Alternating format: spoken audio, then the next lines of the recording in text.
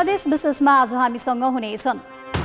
Lockdown खोलेपछि वीरगञ्जमा महामारी भयावह बन्दै अस्पताल पनि संक्रमित थेग्न नसक्ने अवस्थामा। मध्यझरीमा बागमती प्रदेशको विकास मोह, गुणस्तरहीन कामले ठेकेदार र कर्मचारीलाई मात्रै फाइदा। चितवनमा आडीका सुकुम्बासी र निकुञ्जको विवादले बस्ती निर्माण अलपत्र, स्थानीयमाथि रुख काटेको आरोप। र हुलाकी राजमार्गको प्रगति निराशाजनक, लकडाउन र जनशक्ति अभावको बहाना। नमस्कार, म रुबिना थापा। एटीए प्रदेश विशेषका आजका हाम्रा सामग्री। यस बाहेक हामीसँग शिक्षण संस्था बन्द भएर फुर्सदिला बनेका विद्यार्थी संस्कृत भाषा सिक्दै गरेको प्रसङ्ग रहनेछ। हेर्दै गर्नुहोस् प्रदेश विशेष, समाचार, समीक्षा र सन्देश।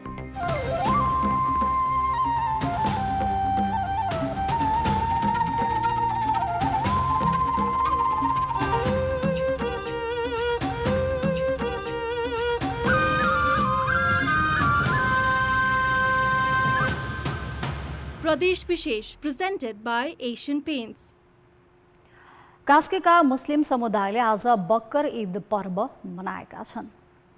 पोखराको मियापटान, चिप्लेढुङ्गा, रूपाकोट लगायत ठाउँका मुस्लिम समुदायले शनिबार जनावरको कुर्बानी अर्थात् बलिदानी दिएर बकर ईद मनाएका हुन्। ईद उल फित्र अर्थात् रमजान पर्वको 70औं दिनमा बकर ईद मनाउने गरिन्छ। 3 दिनसम्म मनाइने यस पर्वलाई ईद उल जुहा पनि भन्ने गरिन्छ। पर्वको अवसरमा परिवारका सम्पूर्ण सदस्य नयाँ वस्त्र धारण गर्ने गर्छन्। शनिबार नमाज पढेर एक आपसमा अङ्कमाल गरेर शुभकामना आदान प्रदान गर्ने चलन छ। मुस्लिम समुदायले यस वर्ष कोरोना भाइरसका कारण सामूहिक भेला भएर नमाज पढेर एक आपसमा शुभकामना आदान प्रदान गर्ने भने पाएनन्। भौतिक दूरी कायम गरी घर घरमै नमाज पढेर बकर ईद मनाएका छन्। कोरोना भाइरस संक्रमणको उच्च जोखिममा पुगेको वीरगञ्जमा संक्रमितको मृत्यु हुने क्रम बढेको छ। संक्रमितको उपचारमा संलग्न चिकित्सक पनि भाइरस संक्रमित भएपछि भाइरस रोकथाम तथा नियन्त्रणमा थप चुनौती थपेको छ।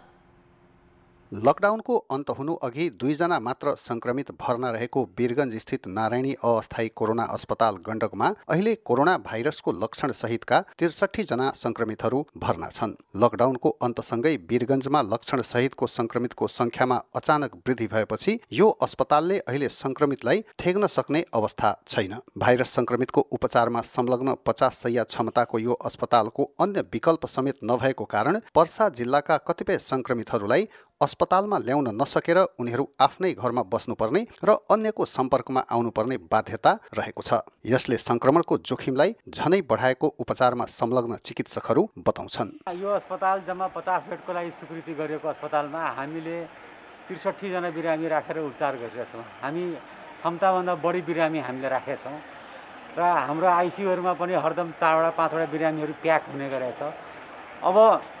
अबको यो पोजिसनमा अहिले घर घरमा यहाँ बिरामी छ। हामीसँग सबैले बेड मागिरहेछन्। हामीले बेड 2 दिन 3 दिनदेखि दिन सकेका छैनौँ। अब बिरामीहरू घर घरमा आफै अक्सिजन सिलिन्डर लगाएर बसिरहेका छन्। संक्रमित मध्ये केहीको मृत्यु भइसकेको छ। अझै दिनदिनै मृत्यु हुने क्रम बढ्दो छ। भाइरसको संक्रमणबाट मृत्यु भएर अस्पतालबाट दिनदिनै निस्कने संक्रमितको शवलाई देखेर उपचारमा संलग्न चिकित्सकहरूको मनोबल पनि खस्किँदै गएको छ। पछिल्लो समय भाइरस संक्रमणको रोकथाम र नियन्त्रणमा प्रत्यक्ष भूमिका निर्वाह गर्ने जनप्रतिनिधि, प्रहरी, सेना र संक्रमितको पहिचान तथा उपचारमा संलग्न केही चिकित्सक र स्वास्थ्यकर्मी समेत भाइरसबाट संक्रमित हुने क्रम बढेको छ। यसले वीरगञ्जको अवस्थालाई एकातिर भयावह बनाउँदै गएको छ भने भाइरस संक्रमणको रोकथाम र नियन्त्रणका प्रयासहरू निष्प्रभावी जस्तै देखिएका छन्। वीरगञ्जको अहिलेको अवस्थाप्रति तीनै तहको सरकार गम्भीर नदेखिएकै कारण स्थिति झनै भयावह बन्दै गएको चिकित्सकहरूको गुनासो छ। यहाँ अलिकति जुन बेड बढाउने जुन क्षमता बढाउनु पर्ने अहिलेसम्म यहाँ तीनै तहको सरकारले जुन निराशा देखाएको छ वीरगञ्जको लागि, उहाँहरूले जुन ध्यान दिनुपर्ने थियो यहाँको आइसोलेसन वार्डको क्षमता कसरी बढाउने त्यसमा तादुक नदेखेको हुनाले हामी अत्यन्तै दुखी छौँ र हाम्रो मनोबल एकदमै खस्या छ। हामीलाई लाग्छ कि हाम्रो यहाँको सारा सिस्टम अब फेल भइसकेको अवस्था जस्तो लाग्छ। भारतको बिहार राज्यमा अहिले कोरोना भाइरस संक्रमणको दर भारतकै अन्य राज्यको तुलनामा उच्च बिन्दुमा पुग्नु र नेपालमा लकडाउनको अन्तसँगै बिहारसँग सीमा जोडिएका तराईका जिल्लाहरूमा बिहारबाट विभिन्न बहानामा व्यक्तिहरूको आवागमन बढ्नुले पनि सीमावर्ती जिल्ला पर्सामा संक्रमणको जोखिमलाई झनै बढाएको हो। कान्तिपुर समाचारका लागि क्यामेरामा पंकज श्रेष्ठका साथ उपेन्द्र ठाकुर, वीरगञ्ज, पर्सा। संक्रमित संख्या लकडाउन हटाएपछि दैनिक बढ्दो छ। यो अवस्थालाई अब पनि गम्भीर रूपमा लिएन भनी महामारीले भयावह रूप लिने निश्चित छ। आर्थिक वर्षको अन्त्यमा बजेट खर्च गर्ने परम्परा वर्षै पछि 3 तहकै सरकारले दोहोऱ्याउने गरेका छन्। यसै मेसुमा बागमती प्रदेशले पनि मध्यझरीमा विकास निर्माणको काम गरेर एकातिर बजेट सकेको छ भने अर्कातिर गुणस्तरीय काम समेत नभएको गुनासो बढेको छ। बागमती प्रदेश सरकारले आर्थिक वर्षको अन्तिम महिना असारमा मात्रै 27.6% बजेट खर्च गरेको छ। आर्थिक वर्षको 9 महिना चैत्र मसान्तसम्म 19.57% अर्थात् 9 अर्ब 32 करोड रुपैयाँ खर्च गरेको थियो। जेठसम्म आइपुग्दा 31.3% बजेट 14 अर्ब 89 करोड रुपैयाँ खर्च भयो। असारसम्ममा भने 58.9% अर्थात् 28 अर्ब 4 करोड रुपैयाँ खर्च भएको छ। बागमती प्रदेश सरकारले आर्थिक वर्षको 3 महिनामा वैशाखदेखि साउनसम्म 39.33% बजेट खर्च गरेको देखिन्छ। हाम्रो यस वर्षको बजेट 47 अर्ब भएमध्ये 28 अर्ब मात्र खर्च भएको अवस्था छ। समग्रमा हेर्दाखेरि पुँजीगत तर्फ 57 र चालुगत तर्फ 60% खर्च गरेको अवस्था चाहिँ बागमती प्रदेश सरकारको गत आबको अवस्था देखिन्छ। आर्थिक वर्ष 2076-77 मा कुल 47 अर्ब 60 करोड रुपैयाँ बजेट छुट्याइएको थियो। चैतदेखि लकडाउन हुँदा बजेट खर्च गर्न नसकेको बागमती सरकारले 45% बजेट खर्च हुने अनुमान गरेको थियो। तर आर्थिक वर्षको अन्त्यमा मध्यझरीका बीच सरकारले 58.9% बजेट खर्च गर्दा विकास निर्माणको काम भने प्रभावकारी नभएको सर्वसाधारणको बुझाइ छ। सेटिङको कारण, कमिसन खेलको कारण मापदण्ड, विकासको आयोजनाको मापदण्ड पनि पुरा भएको हुँदैन भने अर्कोतिर असारको झरीमा विकास निर्माण कार्यले गर्दाखेरि पूर्वाधारका चाहिँ गुणस्तर चाहिँ एकदम खस्किएको देखिन्छ। बागमती प्रदेशका 13 जिल्लामा 57% विकास खर्च गरेको प्रदेश सरकारले आर्थिक वर्षको अन्तिममा पठाएको बजेट दुरुपयोग भएको काभ्रेका सर्वसाधारणको पनि गुनासो छ। मध्यझरीमा भएको विकासले उपभोक्ता समितिका सदस्य, ठेकेदार र कर्मचारीलाई मात्रै फाइदा पुगेको उनीहरूको बुझाइ छ। असारमा बजेट सक्नु भनेको कर्मचारीहरूलाई पृष्ठपोषण गर्नको लागि, प्राविधिक पक्षका कर्मचारीहरूलाई र उपभोक्ता समिति मोटाउनको लागि र जनतालाई चाहिँ विकास गरेका छौँ भनेर राजनीतिक कर्मीहरूले, जुन जनप्रतिनिधिहरू छन् उनीहरूले देखाउनको लागि चाहिँ यो बजेट सक्ने काम मात्रै हो। तर यसले चाहिँ उपलब्धि चाहिँ हासिल गरेको छैन। आर्थिक वर्षको अन्त्यमा बजेट सक्ने कर्मचारीको पुरानै शैलीलाई जनप्रतिनिधिले समेत परिवर्तन गर्न नसकेको धादिङको सर्वसाधारणको भनाइ छ। असारे विकास र बजेट सक्ने रवैया परिवर्तन गर्नुपर्ने सर्वसाधारणको अपेक्षालाई जनप्रतिनिधिले बेवास्ता गरेका छन्। जनप्रतिनिधिहरू पनि इच्छा शक्ति कमी भएको कारणले गर्दाखेरि यो असारको टाइममा मात्रै आएर विकास गर्नुपर्छ भन्ने यो प्रवृत्ति। जनअपेक्षा विपरीत विकासका नाममा सरकारी बजेट दुरुपयोग गर्ने परम्परागत सरकारी रवैयालाई नरोक्ने हो भने असारे झरीले वर्षै साल सरकारी बजेट बगाइरहन्छ। विकास निर्माणका कामलाई प्रभावकारी बनाउन आर्थिक वर्षको सुरुदेखि नै काम गर्ने परम्पराको थालनी गर्ने कि? कान्तिपुर समाचारका लागि धादिङबाट पुष्पनाथ अधिकारी, दोलखाबाट केदार शिवाकोटी, काभ्रेबाट रमा दाहाल, चितवनबाट राजु चौधरीका साथमा बालकृष्ण अधिकारी, हेटौडा, मकवानपुर। वर्षैपछि दोहोरिने यस्ता समस्या समाधानमा खोइ त सम्बन्धित निकायको निगरानी अनि कारबाही। प्रदेश विशेष प्रेजेन्टेड बाय एशियन पेन्ट्स। प्रदेश विशेषमा पुनः स्वागत छ। सुकुम्बासीलाई स्थानान्तरणको नाममा रुखकटान गरेर बस्ती बसालेपछि चितवनको माडी नगरपालिका विवादमा परेको छ। चितवन राष्ट्रिय निकुञ्जभित्रको कुसुम खोलामा सालका रुख काटेर बस्ती स्थानान्तरण गरेपछि विवाद चुलिएको हो। चितवन राष्ट्रिय निकुञ्ज भित्रको माडी नगरपालिका 9 कुसुम खोलामा 2048 सालदेखि चेपाङ समुदायको बसोबास रहँदै आएको छ। 160 घरधुरी रहेको कुसुम खोलामा अहिले 10 घरधुरी मात्रै छन्। निकुञ्जले उनीहरूलाई पटक पटक उठाउन खोज्दा पनि वैकल्पिक व्यवस्थापन अभावमा सफल भएन। अन्ततः माडी नगरपालिकाको सहयोगमा बस्ती निर्माण गरेर स्थानान्तरण गरियो। जङ्गल मासेर बसेको भन्दै उठाएका उनीहरूलाई नगरपालिकाले पनि वन मासेरै बसायो। मध्यवर्ती वन क्षेत्रमा सालका रुख कटान गरेर बस्ती बनाएपछि नगरपालिका विवादमा तानिएको छ। यो ठुटाहरू काटेको त उहाँहरू यहाँ आउनुभन्दा पहिला कसले काटिसकेका थिए, पहिला कति वर्षदेखिबाट खाली थियो यो जग्गा, उहाँहरूले काटेको त होइन त। अनि अहिले त्यो कहिलेदेखिबाट काटेर यहाँका चाहिँ काठहरू बेचे, त्यो चाहिँ पुरानो चाहिँ काठ, अनि यिनै चेपाङले काट्यो भनेर नाम लेखिदिएर हुन्छ? यी चेपाङले त्यत्रो रुख काटेर थन्काउने यिनीहरूसँग कहाँ छ? यिनीहरूसँग छ न बल छ, न हतियार छ, न केही छ। नयाँ बस्ती बनाएको कृष्णनगर स्थित राई डाँडामा 166 र स्कुल डाँडामा 164 रुख कटानी भएको चितवन राष्ट्रिय निकुञ्जको दाबी छ। तीमध्ये अधिकांश रुख सालका छन्। काटिएका रुख कहाँ गए निकुञ्जलाई पनि जानकारी छैन। गत चैतदेखि बस्ती निर्माण सुरु गरेको नगरपालिकाले लकडाउनका कारण पुरै घर बनाउन सकेन। यही बीचमा रुख फडानी गरेर बस्ती बसालेको भन्दै बेनामी उजुरी परेपछि निकुञ्जले घर निर्माणको प्रक्रिया रोकेको छ। मध्यवर्तीको जग्गामा सुरक्षित बसोबासको नाममा प्रक्रिया नमिलाई रुख काटेर बस्ती बसालेपछि घर निर्माण रोकेको निकुञ्जको भनाइ छ। निकुञ्जको मध्यवर्ती क्षेत्रभित्रको व्यवस्थापकीय काममा सरकारी जमिन भएको हुनाले त्यसको वैधानिक धरातल नभइकन बस्ती बसाउनु अथवा सुरक्षित आवास भन्नु, घरवास भन्नु चाहिँ त्यो कानुन सम्मत देखिँदैन। माडी नगरपालिकाले 1 वर्ष अघिदेखि नै कुसुम खोलामा बसोबास गरेका चेपाङलाई राई डाँडा, स्कुल डाँडा, परुई खोला, खरिकुना ल्याएर राखिएको थियो। बस्ती निर्माणको काम भने चैत पहिलो साता मात्रै सुरु भएको थियो। अहिलेको अवस्था हेर्दाखेरि हामीले यत्रो उहाँहरूकै भनाइ मानेर हामी यति छेदबिछेद जे जस्तै भए पनि हामी बस्नु पाएकोमा हामीलाई त खुसी नै थियो। तर हामीलाई यहाँ विकास थप्पै रोकेको भएर हामी के नै रहेछौँ र हामी मानव नै होइनौँ कि जस्तो लागिरहेको छ। जेठको दोस्रो सातासम्म बस्ती स्थानान्तरण गरिसक्ने योजनामा नगरपालिका थियो। वन र निकुञ्जको जग्गा सुकुम्बासी बस्तीलाई दिन नमिल्ने कानुनी व्यवस्था हुँदाहुँदै नगरपालिका बिना सम्मुन्य अघि बढेपछि स्थानान्तरण बिथोलिएको छ। अर्कातिर चेपाङ समुदाय घरघाटका भनेझै भएका छन्। कान्तिपुर समाचारका लागि राजु चौधरी, माडी, चितवन। सार्वजनिक वन नै बासेर बस्ती बसाल्ने यस्ता योजना कत्तिका जायज छन्? तपाईको विचार हामीलाई हाम्रो ट्विटर ह्यान्डल @OurKTVमा मेन्सन गरी जानकारी दिन सक्नुहुनेछ।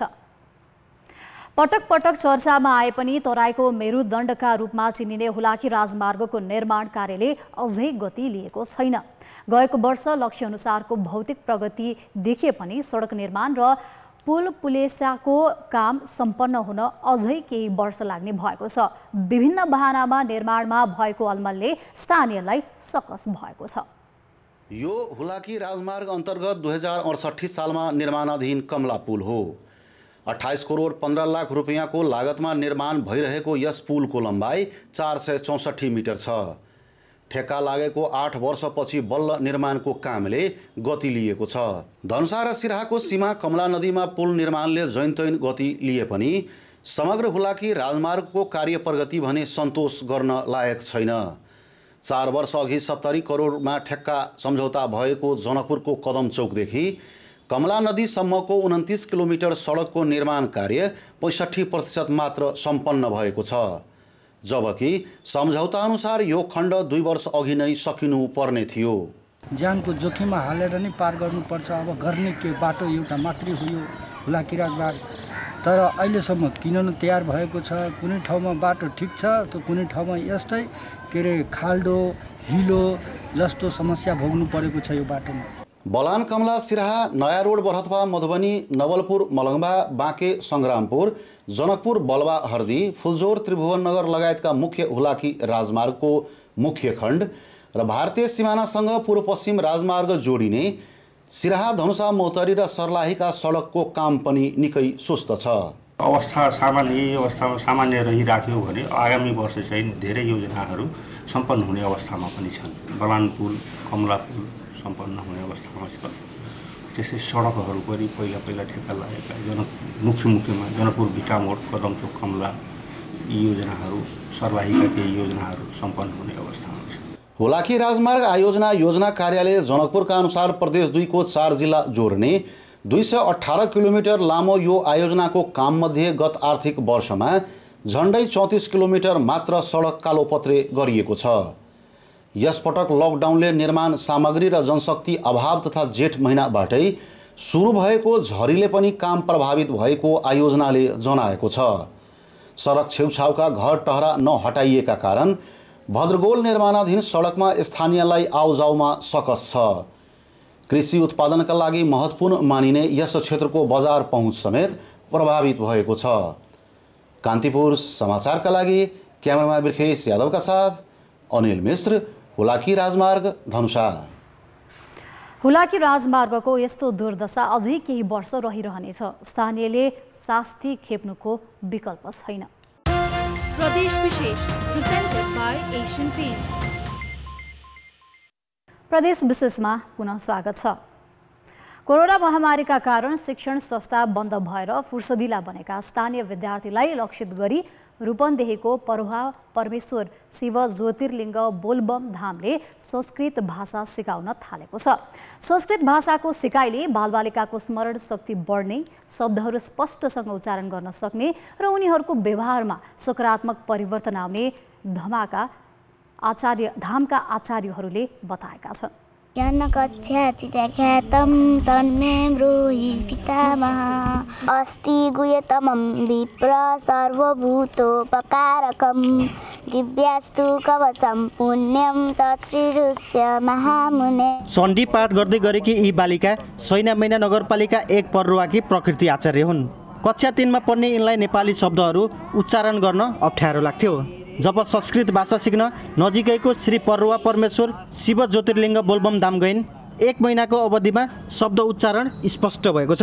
पहिला जानेको थिएन, सुरुमा अप्ठ्यारो लाग्थ्यो, पछि पढेपछि सजिलो लाग्यो। लामो समयसम्म विद्यालय बन्द भएकाले बोलबम धामका गुरुहरूले बालबालिकाहरूलाई संस्कृत भाषा सिकाउन सुरु गरेका हुन्। सुरुमा संस्कृतका अक्षर, शब्द र तिनको उच्चारणको भाव र लय सिकाइयो। अहिले बालबालिकाहरूले भागवत गीता, चण्डी र रुद्री पाठ सँगसँगै वेदमा रहेका कर्मकाण्ड र ज्ञानका कुरा सिकिरहेका छन्।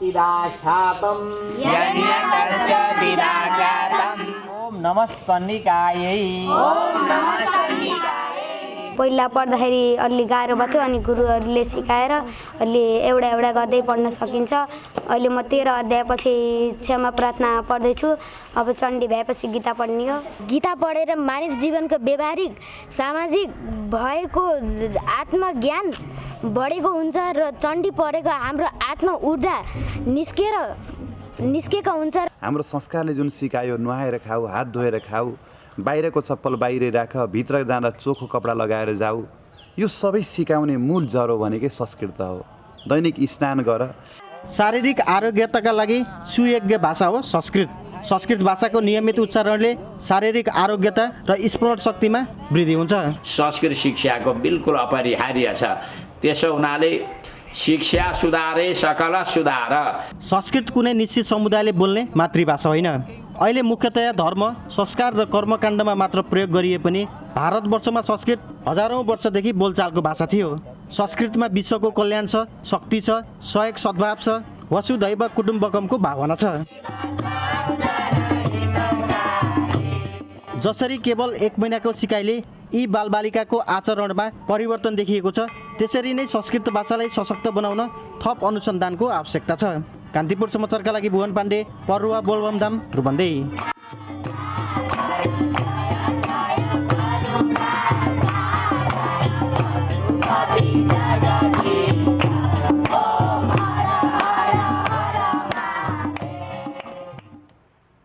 कति राम्रो सिकाइ, कति धेरै फाइदा, खाली समयको पनि सदुपयोग रूपन्देहीका यी विद्यार्थीहरूबाट प्रेरणा लिन सकिन्छ।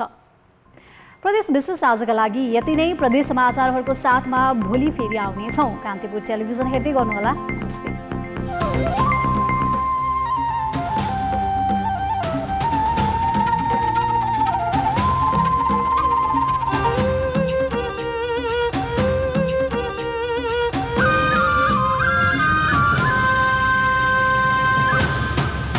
प्रदेश विशेष